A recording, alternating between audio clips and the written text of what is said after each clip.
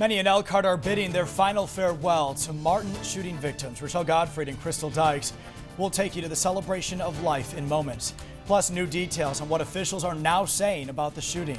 Also tonight, an intense standoff on the campus of Purdue University ends with a wave of the white flag. ABC 57 is live on campus right now as details continue to develop. The latest on that shooting incident in moments. Good evening, everyone. I'm Brian Dorman. And I'm Kim Chappell. Let's get right to that big story tonight. Another deadly shooting, this one developing at Purdue University. Right now, we know that one person is dead and another is in police custody. That shooting happened inside an electrical engineering building. It happened around noon. Police say that they believe the suspect targeted the victim. Both names are being held tonight. But police say the suspect walked right into that building, shot, and then walked right back out again. The suspect was arrested right outside that building. Classes have been suspended. They will resume Thursday.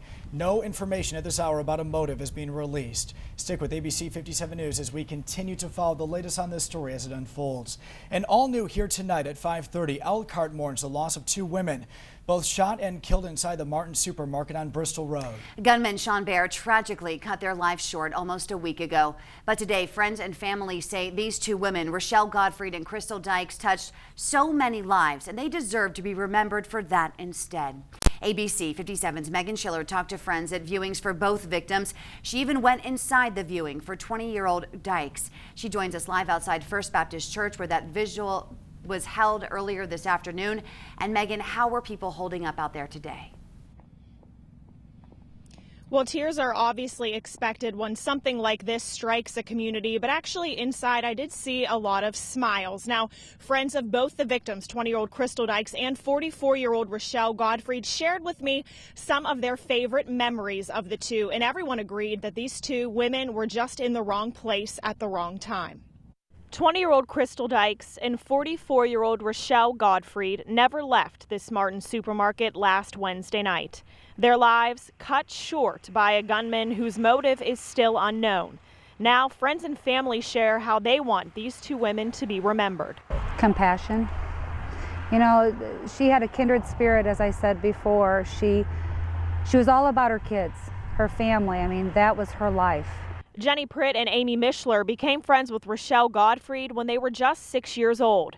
Both watched Godfrey raise her two sons, and they stayed in touch through the years. But they never thought they'd say goodbye so soon. We all said we would get together sometime and have lunch and reminisce, and that time never happened. So it hits hard. It really does. It was a wake-up call, you know. You never know what tomorrow will bring, so make sure you love everyone today. Close friend Nikki Terrell just hung out with 20-year-old Crystal Dykes earlier last week.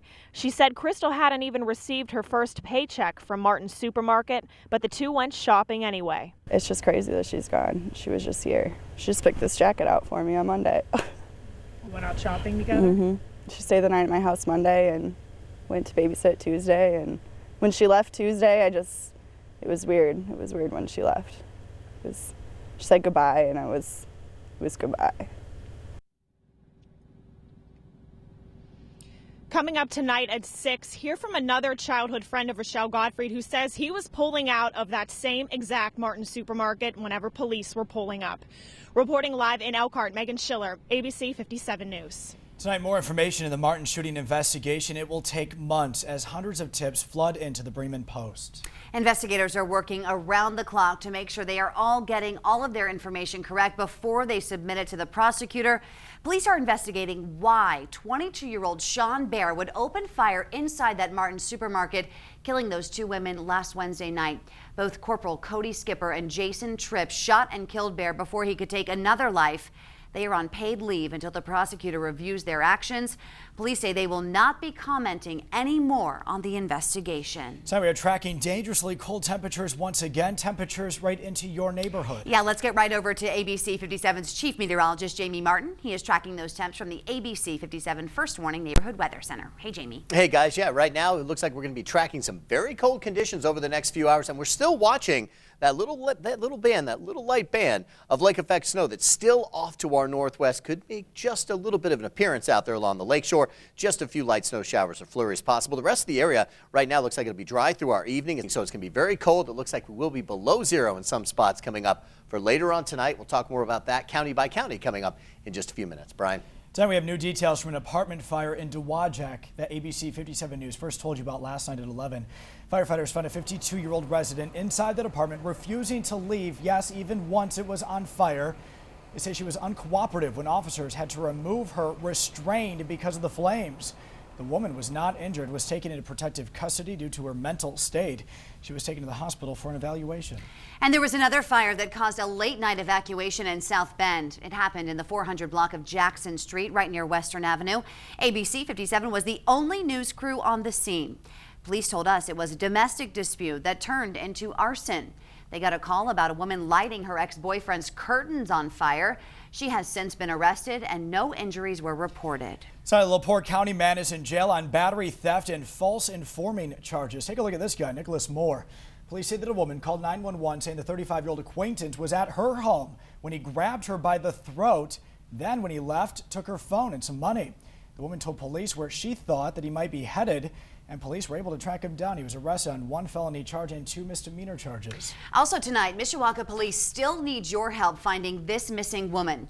Yesterday at 5, ABC 57 first told you that Renee Kuntz went missing from her home in the 2600 block of Castine Walk in Mishawaka.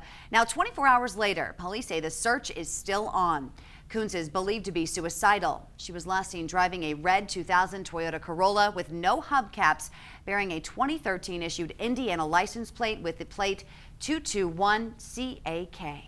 It is the largest deal of its kind in the history of collegiate athletics. Oh, it was a major announcement today. The Irish have teamed up with Adidas since 1997, but this year that deal will expire. Notre Dame Vice President and Athletic Director Jack Swarbrook says fans and athletes will start seeing this change in uniforms and apparel as soon as July 1st.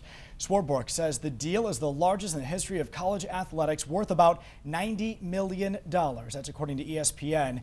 He says the switch will directly impact the culture of Notre Dame. Notre Dame is rich in tradition.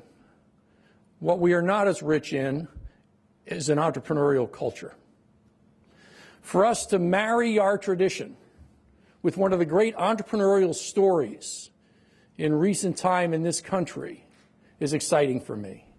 Just ahead tonight at 6 o'clock, we'll have live coverage on campus, and we'll hear from Under Armour founder and CEO about this new game-changing deal. Well, the green light has been given to add 45 acres at the corner of Cleveland and Gumwood. That's right across the street from Heritage Square and Toscana Park in Mishawaka. The City Council unanimously voted yes last night to annex that land. Local developer Great Lakes Capital plans to turn the $50 million lot into a combination of multifamily living, assisted living, offices, retail, and restaurant development. The council also approved a tax abatement for premium dog food maker Well Pet. The abatement will allow the company to purchase a new $2 million regrinding machine. Tonight, Congresswoman Jackie Walorski will visit the Plymouth Firehouse, all to highlight the importance of federal legislation to exempt volunteer firefighters and voluntary emergency responders from employer mandate, including Obamacare. Congresswoman Walorski will address the financial burden on local fire stations could face if the volunteer firefighters and emergency responders aren't considered. And Notre Dame and TED are hoping to foster some great ideas with its Creating Knowledge Together presentation. TED urges the world's leaders, thinkers, and doers to congregate and share what they are most passionate about.